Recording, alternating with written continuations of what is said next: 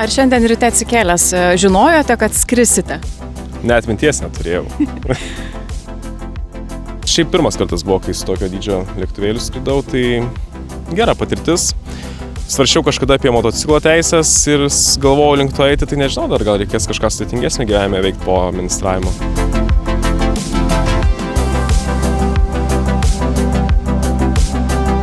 Sveiki, šįkart laida Proveržio Lietuva Kupiškyje. Netrukus susitiksime su vietos verslo kūrėjais, nuo aviacijos entuziastų ir gamybos įmonės iki šeimos verslo bei verslumo bendruomenės. Ar Kupiškis jau tampa pavyzdžiu, kaip regionuose gimsta idėjos, kuriasi naujos darbo vietos ir sėkmingai pritraukiamos investicijos? Visi atsakymai šioje laidoje.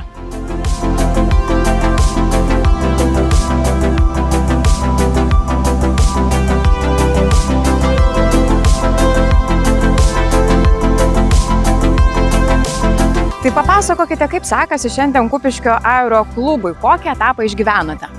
Mes visada gyvename gerai, visada norime, kad būtų dar geriau. Iš tikrųjų, esame Kupiškio aerodrome dabar, čia veikia šiuo metu net 4 organizacijos. Tai aero klubas yra pažintiniai skrydžiai, sportas, aviacijos treniruočių centras yra mūsų mokykla, taip pat pas mus veikia Air Baltico pilotų akademija. O, netgi taip. Netgi pilotų akademiją čia turite. Taip. Ir, sakykime, tarptautinės kompanijos didelės. Tai mes tuo labai džiaugiamės ir didžiuojamės. Tai, kaip ir sakau, visada gali būti geriau, bet šiuo metu skųstis tikrai nėra. Bet ką reiškia būti vis tiek tarptautinio pasaulio šioje srityje dalimi? Mes dažnai sakome, kad pasaulis yra mažas, o aviacinė bendruomenė yra dar labiau maža. Tai visada smagu, kada į pakankamai mažą rajoną atvyksta žmonės iš viso pasaulio. Labai smagu, kad kaip pavyzdys skrendame ir per radijo ryšį per dieną 1000 kartų yra ištariamas žodis Kupiškis. Wow. Kada pilotai kalba su skrydžių vadovais. Čia gal ne kiekvienas lietuvis žino Kupiškio miesto pavadinimą, ne? Taip. Tai iš mūsų aerodromo iškeliauja ne viena 10 skrydžio planų per dieną, kuris keliauja į tą pačią Eurokontrolę, suplaukia visi skrydžio planai iš viso pasaulio. Tai be abejo tai yra be galo smagu. Ir tas aviacijos pasaulis, nėra jisai didelis.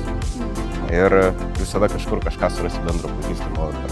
Nes tų profesionalų turbūt nėra tiek daug. Ar norinčių tapti pilotais užtenka? Aš manau, kad ir norinčių tapti pilotais yra daug, ir profesionalų yra daug. Šitas sektorius yra be galo augantis greitai, be galo besivystantis. Tai yra inovatyvi terpė augti. Bet kokia atsakomybė su visu tuo ateina čia į Kupiškę, į jūsų aero klubą ir su kokiamis problemomis, galbūt iššūkiais susiduriate, ko dar trūksta, kokios pagalbos jums reikėtų? Kas mus dar iškeltų aukščiau ir taptumėm patrauklesni, tai šiuo metu mes turime žolės taką. Tai ką tai reiškia? Tai reiškia, kad mes esame labai stipriai sezoniški. Vos ne 4-5 mėnesiai produktyvaus galimo darbo iškrenta iš mūsų metinio laikotarpio. Ko pasiekoje, sakykime, asfaltuotas takas, jisai, bendroji sumoji būtų koks mėnesis, kada nevyktų veikla.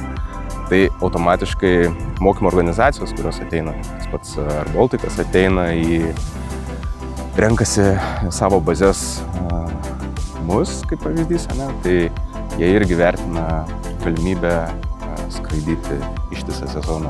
Tai yra labai stiprus aspektas. Kada tu natūraliai su tuo gyveni ir daug metų, tai kaip ir nejauti, bet iš principo yra labai daug atsakomybių, nes mes turim būti atsakingi ir už techniką, ir už orlaivius, ir už aerodromą, ir už žmones, ir už kvalifikacijas, ir labai daug dokumentų.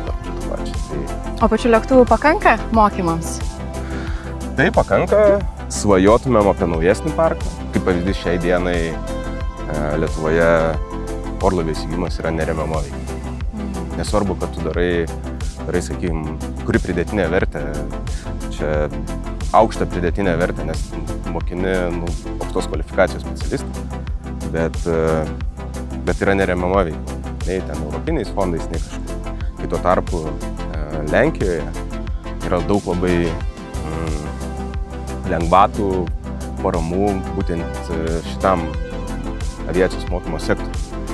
Ir mes truputį mūsų regionas dėl tos priežasties tampam nekonkurencingi. Nes natūralu, jaunas žmogus nori skraidyti su naujų lėktuvu, gražiame aerodrome.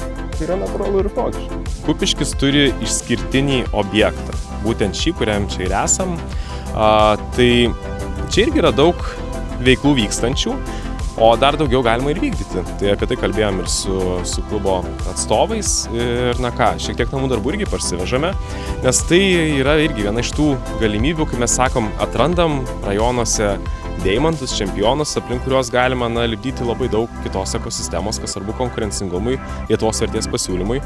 Tai matau kaip vieną iš labai stiprių galimybių Kupiškiui tapti centru, ne tik Lietuvoje, bet ir plačiau. O toliau keliamės į gamybos įmonę, kuri daugiau nei 30 mečius kuria sprendimus, tampančius tvirtų pagrindų baldų pramoniai Lietuvoje ir už jos ribų. Kupiškio rajone įsikūrusi įmonė UAB Slavita specializuojasi medinių minkštų baldų karkasų ir komponentų gamyboje. Čia kuriami produktai pasiekia klientus visame pasaulyje. Taigi pasidomėkime, su kokiais iššūkiais šiandien susiduria tokio masto ir tiek metų patirties prikaupusi įmonė. Gamyba nėra paprastas toks dalykas ir iššūkių susiduriam kiekvieną dieną. Kokie tai iššūkiai? Nuo darbuotojų paieškų iki staklių gedimų ir panašiai. Daug jaunų specialistų, kurie pabaigė, jie negrįžta į Kupiškį, o tiesiog įsitvirtina kituose didmiesčiuose, galbūt dėl to, kad didesnį atlyginimą siūlo darbdaviai. Kita dalis darbuotojų, kurie yra likę Kupiškį, labai sunku surasti kompetentingą darbuotoją. Tai jeigu mes surandame žmogų ir jisai neturi patirties, kaip tarkim operatoriaus ar valdyti stakles, tai mes turime daug darbo įdėti, kad jį išmokinti ir išugdyti tam tikras kompetencijas, kad jis atliktų puikiai savo darbą. Tai šitoje vietoje tikrai yra sudėtinga, nes kaip Paulius minėjo, gamyba nestovi ir mes turim nuolatos padaryti produkciją, ją išvežti ir tas mokymas tai aiškiai rodo, kad mes lėčiau gaminame kažką, nebelieka to efektyvumo. Daug, aišku, rankom darydavom anksčiau, dabar jau daugiau mechanizuota, automatizuota, bet vis tiek tas automatizavimas ateina su kompiuteriu darbu. Reikia įsikelti brėžinius ir panašiai, reikia tų operatorių, kurie gebėtų ne tik kažkaip rankom dirbti, bet suprastų, kas yra kompiuteris ir į kompiuterį įsikelti brėžinį, matmenis, paskaičiuoti, turėti atsakomybės perpras žaliava kokia yra.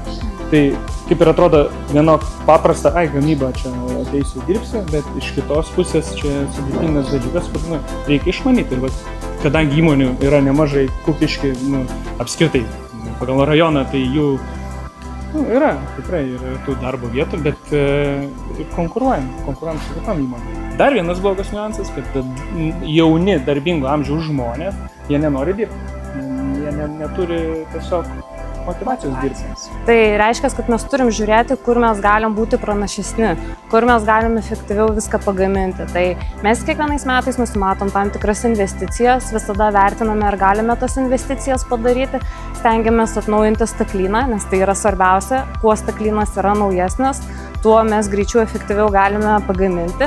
Lygiai taip pat dabar irgi atsinaujiname nutraukimo sistemą, tai yra darbuotojams saugumas, energijos taupimas, tai daug dalykų nuolatos į priekį žiūrim, galvojam ir visada labai stengiamės ieškoti galimybių, ką galim padaryti geriau, greičiau, efektyviau. Tai čia kasdieninis darbas yra, kitaip nebūna. O kokios pagalbos jums reikėtų? Sakykime, kokios jos tikėtumėtės tiek iš valstybės, tiek iš savivaldybės, tam, kad įvyktų tas proveržis?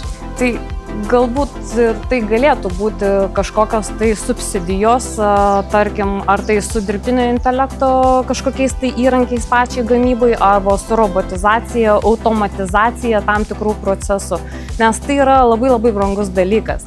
Ir kai tu vertini viską, tai tu turi labai gerai įsivertinti tas investicijas, kaip greitai tau viskas atsipirks. Tai būtų ta subsidija, tai va, tokia pagalba didelė iš tiesų. Aišku, ir patys procesai galėtų kitas siekti, žinot, dokumentacijos būna labai daug. Tai šitoje vietoje kartais net matom pertekliniai gal reikalavimai, popierizmas. Biurokratija. Tai ir išilgina juos, ir apsunkina, ir kitas syk tada net nebespėja į kažkokią net programą pabandyti pataikyti.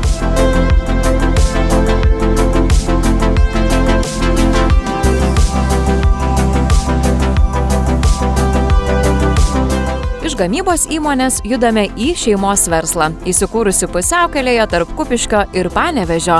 Čia broliai dvyniai Ignas ir Vilius jau daugiau nei 10 metų puoselėja bitininkystės tradicijas. Prižiūri daugiau kaip 300 bičių šeimų ir kuria aukštos kokybės medaus bei bičių produktus. Medų su liofilizuotomis uogomis ir vaisiais, medaus skanėstus, vaisių sulčių ir medaus guminukus bei kitus gaminius. Brolių medus nuolat ieško būdų, kaip tradicinę bitininkystę pristatyti šiuolaikiškai. Tai Ignai, papasakokite, kokį etapą šiuo metu išgyvena brolių medus. Brolių medus išgyvena sėkmingą plėtros etapą. Investuojame į bitininkystės plėtrą, gaminių, pastatų gamybą ir naujų produktų sukūrimą kartu su broliu. Tai daug laiko skiriame tam, ilgai apie tai svajojame šiai dienai, tai įgyvendinimas brolių. O kokios beprotiškiausios idėjos ir svajonės pildosi šiandien? Daug iš tikrųjų, gal to pačiu ir tų guminukų kūrimas atrodo būdavo seniau, tarkim, viena palėtė jau būdavo daug, dabar atvažiuoja jau 10 palėčių ir atrodo jau pakankamai gerai. Ir supranti, kad dar daugiau galime pagaminti, tai tokie augimo etapai gražu. Arba, pavyzdžiui, kad ir dabar matėme sukimo liniją, aš atsimenu, kai pats prieš 10 metų sukiau medų ir išsukdavau elektrinio medsukį su rankom atakiuodamas. Visą dieną sukdamas išsukdavo apie 300 kg medaus per 10 valandų, dabar su moderniausiam pasaulyje staklėm įsukame per valandą tokį kiekį, tai man tame gal didžiausias žavesys yra. Ar galite truputį paatvirauti su mumis visais apie iššūkius, kurie šiandien tenka būtent bitininkystės ūkiams? Tai aš manau, kaip ir ūkininkams, tai yra oras, nes vis tiek vasara yra labai lietinga, mes esame labai stipriai priklausomi nuo oro sąlygų. Jeigu lyja visą savaitę, mes tikrai negalime nei to medaus paimti, nei bitės gali atnešti medų. Tai mes esame nereikšmiškai priklausomi labai stipriai nuo klimato ir stengiamės kiek įmanoma tai balansuoti, dėl to ir kūrėme visokius inovatyvius produktus su medumi, kad galėtumėm, kai yra mažiau medaus, galime gaminti daugiau produktų, kaip batonėlių, kaip guminukai ir taip balansuoti verslą. O ar netrūksta jums, sakykime, paramos, kokios pagalbos iš pačios Kupiškio rajono savivaldybės? Tai vienareikšmiškai gal trūksta. Tai tos pagalbos visada gali būti daugiau, kaip sakau. Ir galėtų būti daugiau. Kaip sakau, kaip ir mūsų vieni iš didžiausių partnerių netikėjo, kad mes te galime daug pasiekti ir neturėti asfalto prie savęs. Tai kaip sakau, važinėjame iki dabar dar žvyrkelių, tai visada tos paramos gali būti daugiau. Bet labai smagu, kad rajonas mus palaiko, kad mūsų dovanas veža visiems įtakingiam ir garsiem rajono žmonėms. Tai visada ir giriasi to Kupiškio sukurto produkto. Taip. Ar netrūksta jums rankų paprasčiausiai šiame darbe ir šiame ūkyje? Darbuotojų kaip papildomų rankų iš tiesų netrūksta. Mes susiduriam su tuo, kad žmonės patys ateina ir sako, mes norim pas jums įdarbinti. Atvažiuoja 16 metų vaikai gegužę su mama, mes norim vasarą padirbėti. Mes susiduriam su tuo, kad mes dabar galbūt statome pastatus, kad galėtumėm daugiau sukurti darbo vietų, kad galėtų ateiti daugiau moksleivių vasarą padirbėti. Kas dar laukia ateityje? Suprantu, darbo vietų papildomų bus.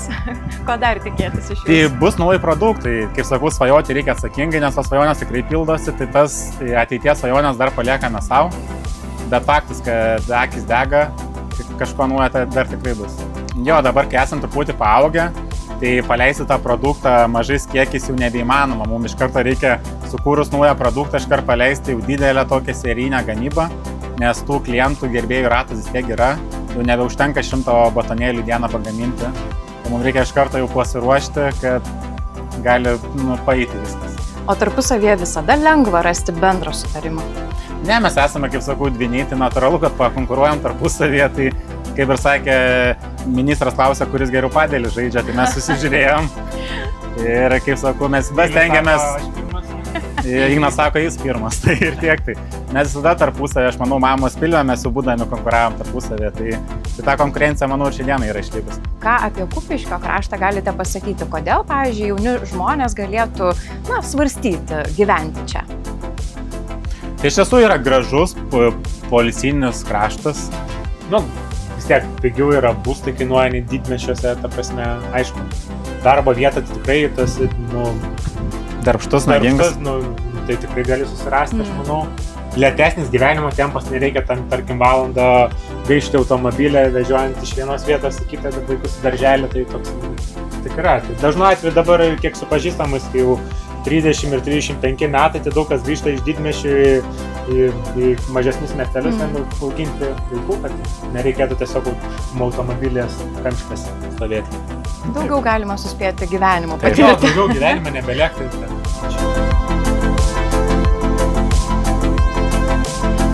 Ministrė, tai šiandien tikrai matėte daug be galo skirtingo verslo Kupiškyje. Kokiegi tokie ryškiausiai įspūdžiai liko po visos dienos, kas nustebino, gal labiausiai patiko labiausiai ir įsiminė? Man patiko ir įsiminė, tai apskritai verslininkų požiūris, kad taip labai daug pozityvo yra, labai daug noro plėstis, diegti dirbtinio intelekto sprendimus. Įmonių yra, kurios lankėmės, kurie susiplanavę ir savo plėtrą per technologinį atsinaujinimą. Ir čia aš matau, kad mūsų plano 3I priemonės, jos yra aktualios. Jos tikrai aktualios, kai kalbam apie regionų ekonomikos skatinimą. Ir kitas dar svarbus aspektas, tai tikrai Kupiškyje yra unikalių įmonių, unikalių sprendimų, netgi unikalių, sakyčiau, tokių potencialių centrų, kaip tas yra aeroklubas. Yra labai daug potencialo. Kaip ir visur kalbam apie regionų ekonomikos skatinimą, tai turim daug neišnaudoto potencialo ir mūsų darbas įveikinti. Tai kokius namų darbus dabar įsivežate į Vilnių kaip ekonomikos ir inovacijų agentūra ir kur dar valstybė nepakankamai, sakytumėt, išnaudojo Kupiškio potencialą? Tai namų darbų daug. Kaip ir po kiekvieno susitikimo savivaldybė, ypatingai su verslo bendruomenė, žinoma, daug yra administracinės naštos dalykų, kur kartais, taip paklausai verslo atstovų ir galvoji, ar tikrai mūsų valstybėje dar taip yra? Pasirodo yra, kad turi važiuoti į kitą miestą, atsiimti popierinį dokumentą. Žinot, kaip dinamiška, skaitmenizuota valstybė neturėtume savo to leisti. Yra, aišku, ir sprendinių, kurie susijęs su kitų ministerijų kuruojamom sritim, bet mes ministrų kabinete tikrai dalinamės visą informaciją ir kartu ieškom sprendimų, kuriuos, manau, rasim. Tai vėlgi, verslo paramos konkurencingumo skatinimo dalykai, tokie kaip reinvestuojamo pelno lengvatai, technologinį atsinaujinimą, eksporto skatinimo efektyvinimas, tai yra aktualu ir Kupiškio rajone veikiančioms įmonėms. Ir kalbant apie ekonomikos transformacijos planą 3I, investicijos, institucijos, inovacijos, kurioje iš šių sričių Kupiškis šiuo metu yra stipriausias ir kur labiausiai to proveržio tikėtumėtės jau po metų? Taip, inovacijų srityje mačiau daug stiprybių. Vėlgi, lankėmės ir įmoniai Brolių medus, tai yra būtent tai, apie ką ir kalbam. Mes vis dar, kaip Lietuva, daug eksportuojam žaliavų. Ar tai būtų žemės ūkio žaliavos, ar tai būtų miškininkystės, ar tai būtų kiti sektoriai. Ir mes per mažai einam į gamybą, į tą vidutinę ar aukštesnę pridėtinę vertę. Tai būtent tas inovatyvumas ir toks kūrybingas išnaudojimas, tarkim, medus. Galima pardavinėti tiesiog medų. Viskas, tvarkoj. Konkurencija milžiniška, kainos mažos, o galima kurti produktus, kaip guminukai, kaip šokoladukai, kuriuos, kaip ir įmonės savo pristatė, eksportuoja nuo Naujosios Zelandijos iki Pietų Amerikos. Ir tai yra stiprybė. Kitas dalykas - investicijos. Aišku, pritraukti vieną kitą stambų investuotoją būtų aktualu.